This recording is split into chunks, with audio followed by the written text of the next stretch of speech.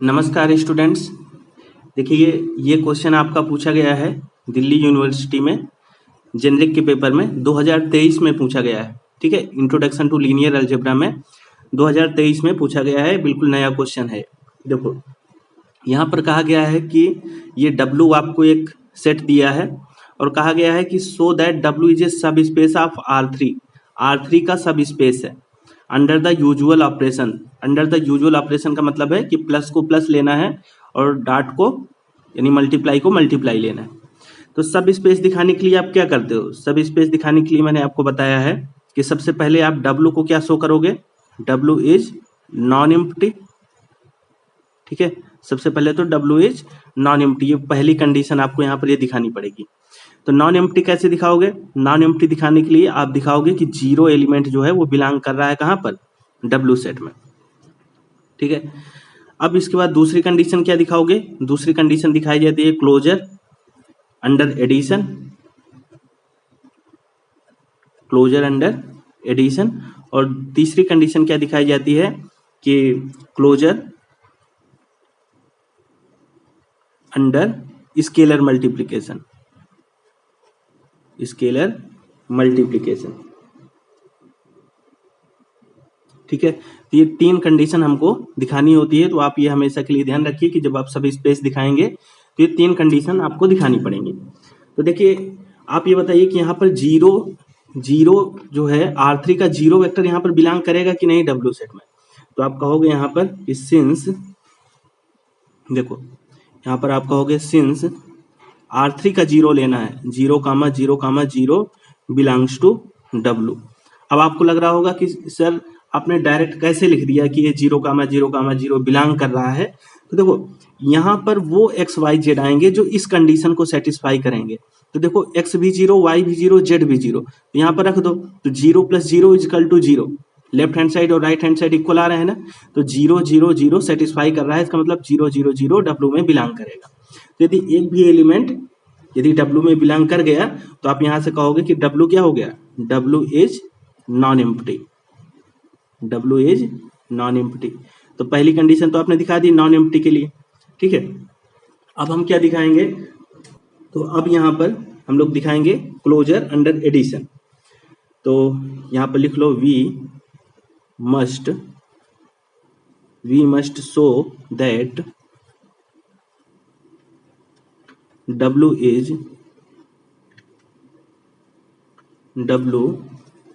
is closed under addition, closed under addition।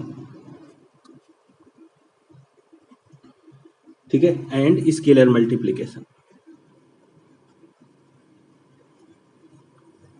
Scalar multiplication इस तरीके के क्वेश्चन मैंने करवा रखे हैं।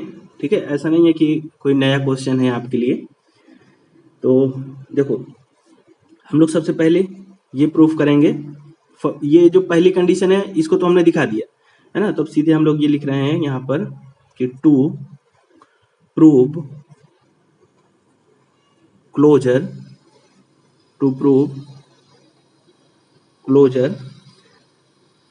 For vector addition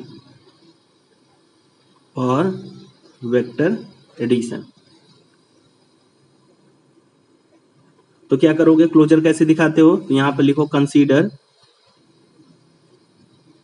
x, y any two vectors, consider any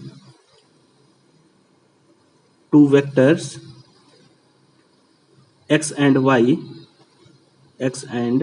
y in W। Then ठीक है, दो वेक्टर हमने W के ले लिए। तो अब हम क्या करेंगे?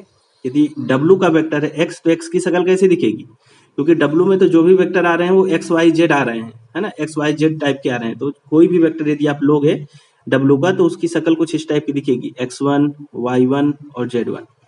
ठीक है, यदि आपने Y लिया है तो Y भी कुछ ऐसा ही दिखेगा, Y = X2, Y2 और Z2। इतनी बात समझ में आई? दो वेक्टर ले लिया हमने और यहाँ पर लिख सकते हो for some x1 y1 z1 और x2 y2 z2 क्या है, रियल नंबर है।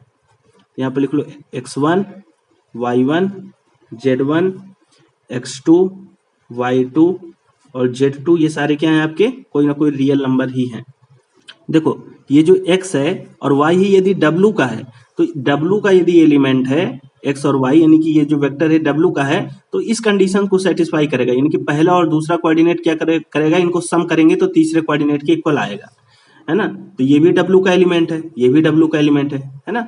x and y in w के एलिमेंट हमने लिए। तो इसके दो कोऑर्डिनेट को ऐड करेंगे तो यानी कि x1 प्लस y1 करेंगे तो किसके इक्वल आएगा, z1 के इक्वल आएगा, क्योंकि w का एलिमेंट है। एंड इसी तरीके से यहाँ पर भी कंडीशन बनेगी कि यदि x2 प्लस y2 करोगे तो क्या बनेगा, z2 बन जाएगा। ठीक है, तो इसको आप लोग 1 मार्क कर लो।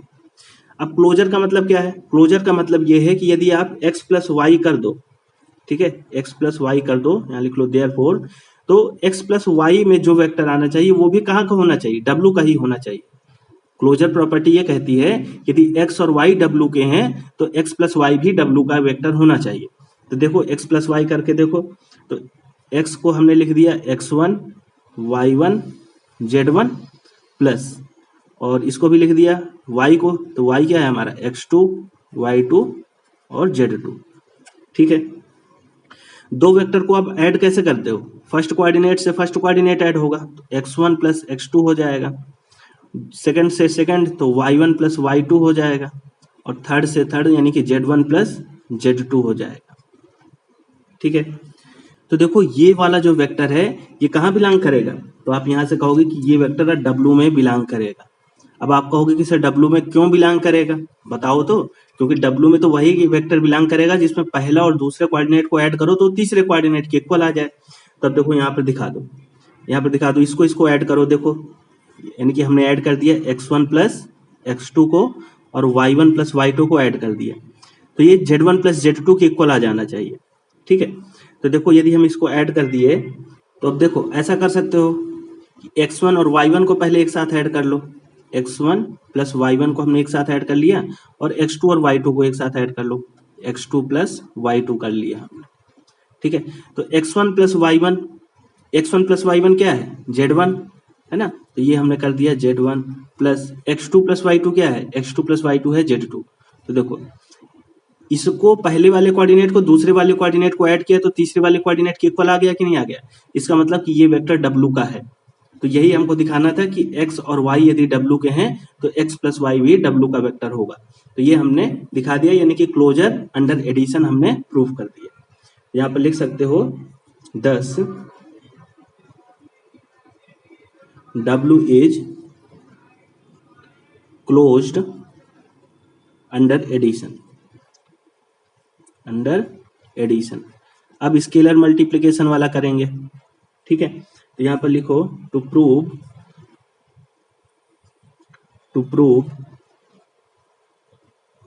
Closure, to prove closure for scalar multiplication.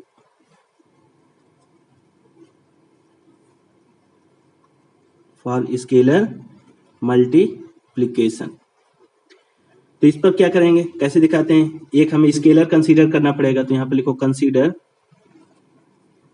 Any scalar C, कोई एक स्केलर हमने ले लिया C, तो हम यहां पर क्या दिखाएंगे, हम ये दिखाएंगे कि Cx यदि हम कर दें Cx, तो ये Cx भी W में बिलोंग करना चाहिए। ठीक है, x तो हमारा कोई वेक्टर है W का ही, है ना, तो Cx भी W में बिलोंग करना चाहिए, तो ये C हो गया। x देखो यही वाला है, x हमारा यही है x1 y1 z1 W का वेक्टर, तो यहाँ पर रख लो x1 y1 z1। अब देखो इसको हम ऐसा लिख सकते हैं कि यहाँ पर C को अंदर मल्टीप्लाई कर दो, तो Cx1 हो जाएगा, Cy1 हो जाएगा और Cz1 हो जाएगा। ठीक है, तो ये जो वेक्टर है Cx ये W में बिलोंग करना चाहिए, तो ये W में बिलोंग करेगा। अब आपको लग रहा हो कि सर कैसे करेगा, तो W में इस वजह से करेगा क्योंकि इन दोनों को यदि आप ऐड करोगे तो तीसरे वेक्टर के इक्वल आएगा। देखना चाहते हो तो यहाँ पर दिखा सकते हो, ऐसे पहले और दूसरे को ऐड कर दो, तो Cx1 प्लस Cy1 ठीक है, तो इससे हम क्या कॉमन ले लेंगे, सी बाहर कर लेंगे, यहाँ बचेगा x1 प्लस y1। तो यहाँ से देखो x1 प्लस y1 को हमने क्या कहा है, z1 कहा है ना। तो यहाँ पर हम लोग रख सकते हैं x1 प्लस y1 की जगह पर c z1। ठीक है, यहाँ पर मेंशन करना चाहो तो मेंशन कर भी सकते हो कि यूजिंग फर्स्ट। ठीक है, तो देखो पहले और दूसरे को ऐड किया तो तीसरे के इक्वल आ गया कि नहीं आ गया, तो ये वेक्टर हमारा W में बिलोंग करेगा। और स्केलर मल्टीप्लिकेशन में यही दिखाया जाता है कि x यदि W का वेक्टर है तो CX भी W का वेक्टर होगा, है ना। तो स्केलर मल्टीप्लिकेशन भी हमने दिखा दिया कि ये क्लोज्ड है। तो यहाँ पर लिख सकते हो 10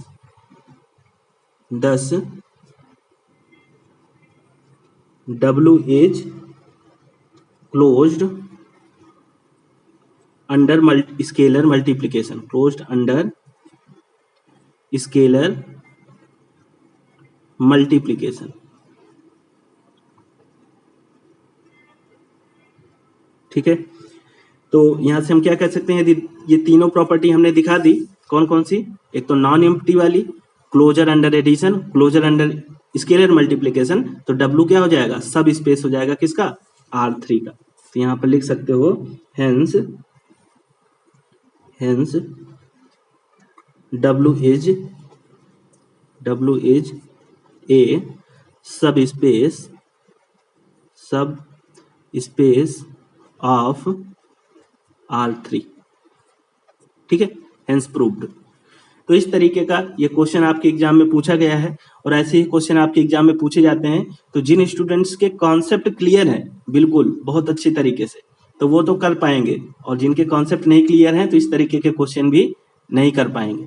ठीक है, तो ऐसा नहीं है कि कोई बहुत टफ क्वेश्चन था, इजी क्वेश्चन था, बिल्कुल सब स्पेस का कॉन्सेप्ट ही यूज होना था केवल। तो आई होप कि आपको ये क्वेश्चन समझ में आ गया होगा। Thank you.